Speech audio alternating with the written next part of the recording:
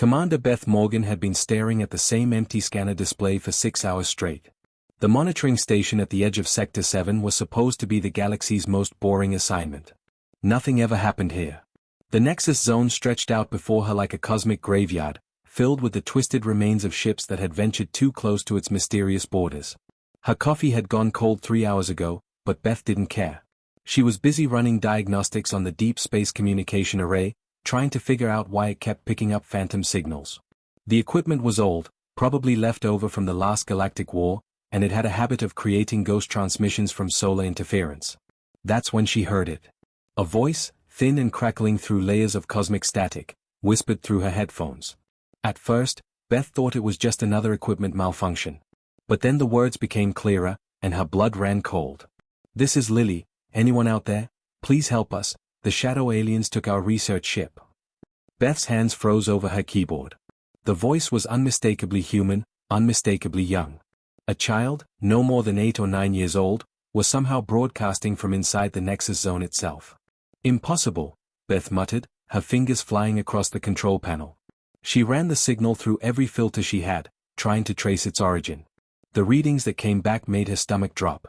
The transmission was definitely coming from inside the Forbidden Zone, deeper than any ship had ever ventured and returned to tell about it. The Nexus Zone wasn't just dangerous because of space pirates or hostile aliens. It was dangerous because space itself seemed broken there. Ships that entered reported their instruments going haywire, their crews experiencing hallucinations, and their engines failing for no apparent reason.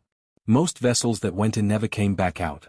Those few that did return brought stories of twisted metal creatures that moved through vacuum like fish through water, and shadow beings that could phase through solid hulls. "Mom and Dad aren't moving anymore," the tiny voice continued, cutting through Beth's thoughts like a knife. "The scary robots are keeping all the alien families in the cargo bay. I'm hiding in the maintenance shaft with my emergency radio. Tommy taught me how to use it before the shadows came." Beth's training kicked in. She began recording everything, her hands steady despite the adrenaline coursing through her veins. This was no equipment malfunction. Somehow, a human child was alive inside the galaxy's most deadly region, and she was asking for help. The girl's voice crackled again. "I can see them through the vents. They look like metal spiders, but they walk on 2 legs. They're doing something to the ship's engines. The blue aliens are crying. The rock people aren't making their humming sounds anymore. I think the shadow things are feeding on them." Beth's blood chilled.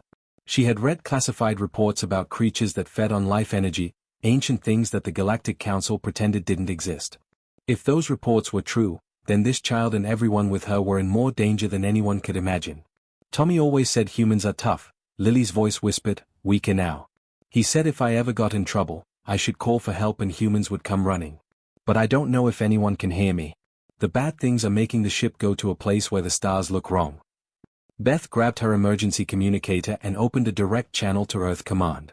Her voice was steady and professional, but inside she was screaming.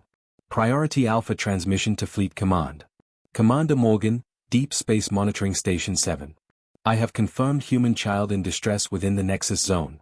Repeat, human child requesting immediate assistance from inside Sector 7 Forbidden Territory." The response came back within seconds. "Morgan, confirm your transmission. No human vessels authorized for Nexus Zone operations."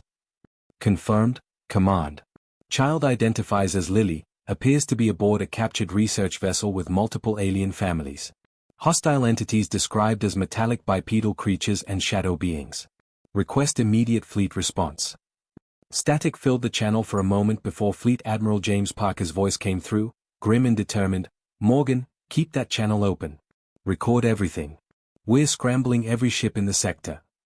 Beth adjusted her headset and leaned closer to her instruments. Through the cosmic interference, she could still hear Lily's whisper, "If anyone's out there, please hurry. The shadow things are getting closer to my hiding spot. But I'm not scared. Tommy always said humans don't leave each other behind, especially kids." As Beth began the longest monitoring shift of her career, she whispered back into the void, "Hold on, little one. Help is coming." Above her station, the first human response ships were already changing course toward the Nexus Zone, their crews preparing for a rescue mission that would either save lives or add their names to the long list of ships that never returned. But one thing was certain: when a human child called for help, the entire species answered. The galaxy was about to learn why humans were called the most dangerous species in known space. Admiral James Wilson stared at his command screen in the war room of Earth Defense Station Alpha. The decoded message from Commander Morgan's monitoring post had just arrived, and every word hit him like a physical blow. Lily Brooks, age 8, daughter of a human diplomat aboard the research vessel Harmony's Dream, was trapped somewhere inside the Nexus Zone with over 200 alien families. The Galactic Council's response had arrived 30 minutes ago, cold and bureaucratic as always. Regrettable losses. Zone classified as extreme hazard. No rescue operations authorized. Vessel and crew officially listed as missing, presumed destroyed. James crushed the data pad in his grip. 27 years of military service, and he had never felt rage this pure. The Council was willing to write off a human child because the rescue mission looked too dangerous for their precious fleets. Communications, he barked across the war room. Open emergency channels to all human vessels within 8 sectors. Authorization code Wilson Alpha 77. Lieutenant Rebecca Torres looked up from her station, eyes wide. Sir, that's a full fleet mobilization code. Are we at war? We're about to be, James replied grimly. Patch me through to every human ship, military or civilian, within range of the Nexus Zone. The main screen lit up with dozens of communication channels as ships throughout the sector responded to the emergency signal. Cargo haulers, luxury passenger liners, mining vessels, research ships, and even a few notorious smuggling ships answered the call. This is Admiral Wilson to all human vessels, James began, his voice carrying the weight of absolute authority. We have a code red child rescue situation. 8-year-old Lily Brooks is trapped inside the Nexus Zone aboard a captured research vessel with alien families. The Galactic Council has abandoned them. We have not. The responses came flooding in immediately. Captain Robert Hayes of the massive cargo hauler Iron Mountain was first. Admiral, we're carrying 5,000 tons of mining equipment. We're not exactly built for rescue operations. Captain Hayes, James replied without hesitation, today every human ship is a rescue vessel. That little girl is counting on us, and I'll be damned if we let her down. Captain Diana Foster of the passenger liner Star Dancer chimed in. Admiral, we've got 300 civilians aboard. Families, children. If we go into the Nexus Zone, then you'll be showing those children what it means to be human, James cut her off. No child gets left behind. Ever. That's not just military doctrine, that's who we are. The communication channels exploded with activity as ship after ship confirmed their participation. The massive industrial hauler Deep Strike, carrying a full crew of asteroid miners. The research vessel New Horizon, loaded with the galaxy's most advanced scanning equipment. Even the notorious smuggling ship Lucky Strike, whose captain had been running from Earth authorities for 6 months, volunteered without hesitation. Admiral, came a gravelly voice over the comm, this is Captain Mike Sullivan of the Lucky Strike. I may be a wanted man, but no human child calls for help without getting an answer. Count us in. James felt something shift in his chest. This wasn't just a military operation anymore. This was humanity itself responding to a cry for help. All vessels, prepare for immediate departure to Nexus Zone coordinates, James announced. Military ships will take point formation. Civilian vessels will maintain support positions. We're going in fast and we're going in hard. Lieutenant Torres pulled up the tactical display. Sir, we're tracking over 200 human ships converging on the Nexus Zone. Cargo haulers, passenger ships, mining vessels, even some ships we don't have on official registry. Good, James nodded. What about alien response?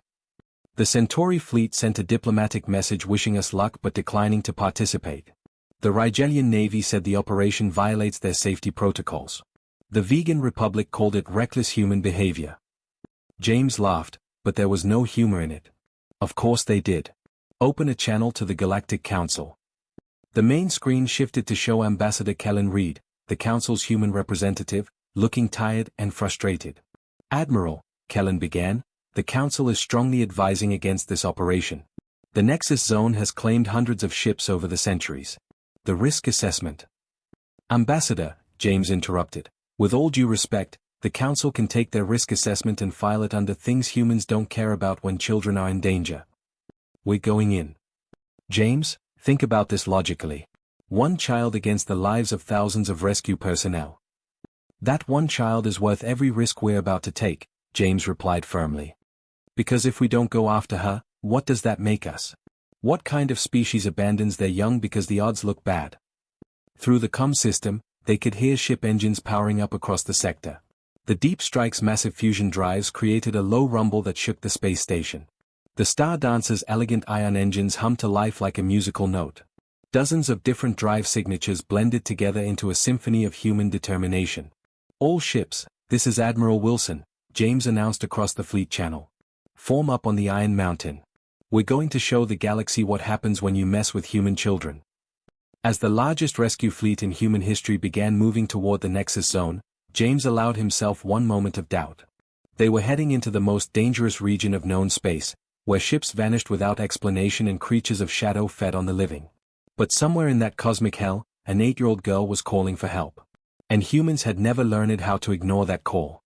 The human fleet hit the edge of the Nexus Zone like a tidal wave of steel and determination. 243 ships of every size and design spread across a formation that stretched for thousands of kilometers. At the front, Admiral Wilson's flagship Relentless led a squadron of heavy cruisers. Behind them came cargo haulers the size of city blocks, their massive hulls bristling with improvised weapons and rescue equipment. Captain Danny Rodriguez gripped the controls of his patrol craft Ranger 7 as space itself began to twist around them. His instruments were going crazy, showing readings that made no sense. Gravity was pulling in 3 directions at once, and his chronometer kept jumping backward and forward by random intervals. "Command, this is Ranger 7, Danny reported through gritted teeth. "The zone is definitely not happy to see us. My nav computer just told me I'm simultaneously moving forward and backward through time." "Copy that, Ranger 7, came Admiral Wilson's voice through the static. "All ships, maintain formation. Whatever this place throws at us, we push through. That little girl is depending on us." The space around them looked wrong in ways that hurt to observe. Stars bent into impossible spirals, and patches of absolute darkness drifted between the ships like hungry shadows.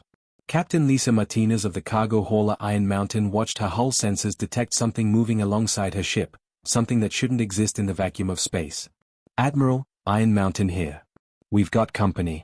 Reading multiple contacts, but they're not showing up on any standard sensors. Whatever they are, they're big and they're keeping pace with us." Through her viewports, Lisa could see them now. Massive creatures that looked like a cross between jellyfish and mechanical spiders, drifting through space without any visible means of propulsion. Their bodies pulsed with sickly green light, and tendrils of energy reached out toward the human ships like searching fingers. "All vessels, this is Admiral Wilson. Those are void feeders. They consume life energy. Do not let them touch your hulls. Evasive maneuvers authorized." The human fleet scattered into a defensive pattern that would have impressed any military academy. The cargo ships used their massive bulk to shield the smaller vessels, while the patrol craft darted between the alien creatures like angry wasps. Captain Tony Blake of the mining ship Rock Crusher found himself face to face with one of the creatures and did what miners do best. He turned his industrial cutting lasers on it. "Take this, you space jellyfish." Tony shouted as concentrated energy beams sliced through the creature's glowing body. The void feeder let out a sound that was felt rather than heard, a psychic scream that made every human on the fleet clutch their heads in pain. But the creature dissolved into sparkling particles that were quickly scattered by the solar winds. "Ranger 7 to all ships," Danny called out over the comm. "The big ugly ones don't like our cutting tools. Industrial lasers seem to work just fine on them." Deep within the twisted space of the Nexus Zone, 8-year-old Lily Brooks pressed her ear against the small radio she had built from spare parts in the maintenance shaft. The voices coming through the static were getting stronger, and for the first time in 3 days, she felt hope blooming in her chest. Around her in the cargo bay, she could see the alien families huddled together. The blue-skinned Centauri children had stopped their soft crying. The rock-like lithoid elders were humming their comfort songs again. Even the proud avian diplomats had raised their feathered heads to listen to the human voices cutting through the cosmic interference. "Lily, this is Captain Jennifer Hayes of Earthship Thunder. We're coming, sweetheart. Can you tell us more about your ship?" Lily pressed the transmit button with trembling fingers. "Captain Jenny. I can see the shadow robots through the vents. They're still doing bad things to the engine room. But they look scared now. They keep making angry clicking sounds and pointing at the walls." "That's because they can sense us coming," Captain Hayes replied warmly. "We're bringing a lot of friends with us. Can you see any windows from where you are?" Lily crawled through the maintenance shaft until she reached a small porthole. Outside, the stars were doing impossible things, swirling in spirals and changing colors. But in the distance, she could see tiny points of light that moved with purpose instead of drifting randomly. "I can see lights," she whispered excitedly into her radio. "Lots and lots of lights coming this way." "That's us, honey. The entire human fleet is coming to get you and your alien friends. We don't leave kids behind, remember?" The shadow creatures that had taken their ship were getting more agitated by the minute. Lily could hear them chittering and clicking in their strange mechanical language. Through the vents, she watched as they moved their spider-like limbs faster, working desperately on some kind of device that pulsed with dark energy. "Captain Jenny," Lily whispered urgently, "the bad robots are building something. It looks scary and it's making the alien grown-ups feel sleepy." "Copy that, Lily. You're doing great. Just keep hiding and keep talking to us. We'll be there soon." Captain Steve Foster of the research vessel New Horizon was running every scanner he had at maximum power. "Admiral, I'm detecting massive energy buildups throughout the zone. Whatever's controlling this place doesn't want us here." "Too bad," Admiral Wilson replied grimly. "We're not leaving without that little girl and everyone with her. All ships, increase speed. Time to show these shadow things what happens when humans get angry." The human fleet accelerated deeper into the Nexus zone, their engines burning bright against the cosmic darkness. Behind them, space itself seemed to twist and writhe in frustration, as if the zone was discovering that humans didn't follow the same rules as every other species in the galaxy. They didn't retreat when faced with impossible odds. They didn't surrender when confronted with ancient horrors. They just kept coming, one stubborn ship after another, driven by a simple truth that the Nexus zone was about to learn the hard way. Humans would cross any distance and face any danger to save their children. The Nexus feeders had existed since the galaxy was young, ancient beings that fed on the despair and hopelessness of trapped starships. For millions of years, they had perfected their hunting grounds, creating spatial distortions and reality tears that would capture vessels and slowly drain the life force from their crews. Every species that entered their domain followed the same pattern: initial panic, desperate escape attempts, growing despair, and finally surrender to the inevitable. But as the human fleet pushed deeper into the zone, the feeders encountered something that made their ethereal forms recoil in confusion. These creatures weren't following the pattern. Instead of despair, the human ships radiated something the feeders had never tasted before: pure, stubborn determination mixed with volcanic anger. Captain Rick Thompson of the mining vessel Rock Crusher watched his scanner display with growing irritation. The space around his ship was folding in on itself, creating impossible geometric patterns that should have trapped him in an endless loop. Instead of panicking like any sensible captain would, Rick just got mad. "Oh, you want to play games with space and time?" he growled, reaching for his industrial laser controls. "Let's see how your fancy reality tricks handle a Class 7 mining beam." His ship shuddered as the massive cutting laser powered up, designed to slice through asteroid cores and planetary bedrock. But instead of targeting rocks, Rick aimed it directly at the spatial distortion that was trying to trap him. The beam struck the twisted spacetime and something incredible happened. The distortion screamed. Not with sound, but with psychic agony that every feeder in the zone felt simultaneously. The carefully crafted reality trap that had taken centuries to build simply dissolved under the raw industrial power of human engineering. "Rock Crusher to fleet," Rick announced cheerfully. "Turns out these space puzzles don't like mining lasers." "Who knew?" Admiral Wilson's voice crackled through the comm with barely contained excitement. "All mining vessels, target any spatial anomalies in your path. Industrial equipment, full power. We're not going around their traps, we're going through them." What happened next would be studied by galactic scientists for centuries.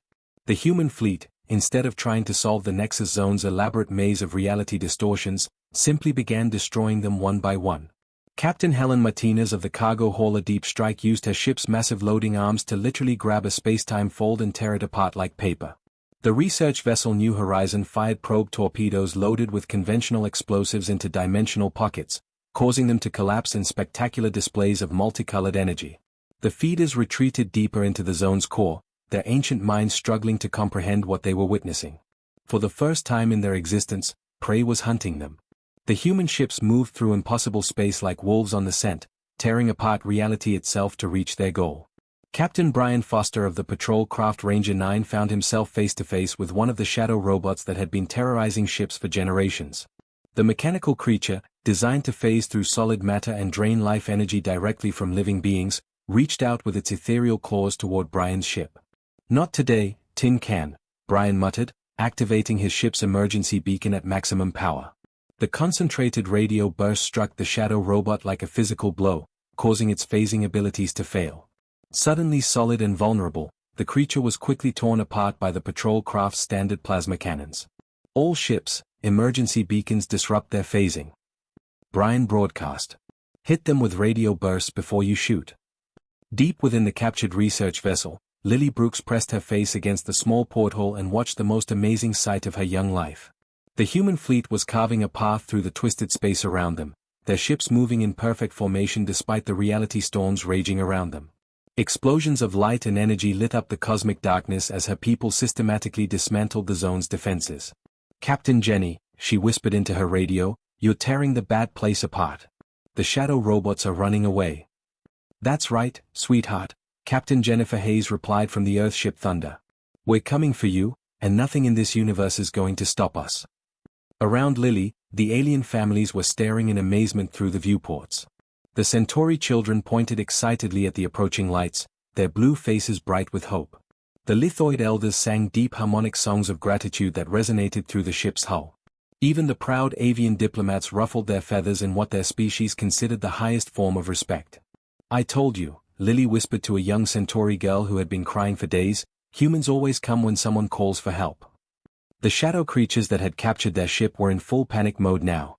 Through the maintenance vents, Lily could see them frantically working on some kind of escape device, their mechanical limbs moving so fast they blurred. But their movements were desperate now, not confident like before. The Nexus Zone itself was breaking down. Reality tiers that had existed for millennia were sealing themselves rather than face another human mining laser. Spatial distortions collapsed like house of cards as the fleet approached. The feeders, ancient and powerful as they were, discovered something that would haunt them for eternity. Humans didn't just refuse to surrender, they got angrier the harder you tried to stop them. "Admiral," came Captain Tony Blake's voice over the fleet channel, "I'm reading massive energy signatures dead ahead. Whatever's controlling this place, I think we found its heart." "All ships, battle formation," Admiral Wilson commanded. "Time to finish this. That little girl has been waiting long enough."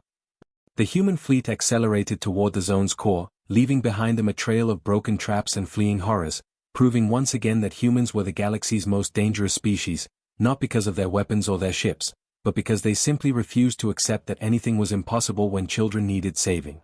6 months after the Nexus Zone rescue, Ambassador Jennifer Walsh stood in the Grand Assembly Hall of the Galactic Council, facing representatives from over 300 different species. The massive chamber buzzed with nervous energy as delegates from across the galaxy waited to hear what the humans wanted this time. The rescue of little Lily Brooks and the 200 alien families had sent shockwaves throughout civilized space. News reports showed footage of human cargo ships ramming through reality distortions, mining vessels cutting apart spacetime itself, and patrol craft hunting shadow creatures through dimensions that shouldn't exist. Every species in the galaxy had watched in amazement as humans treated the impossible like a minor inconvenience.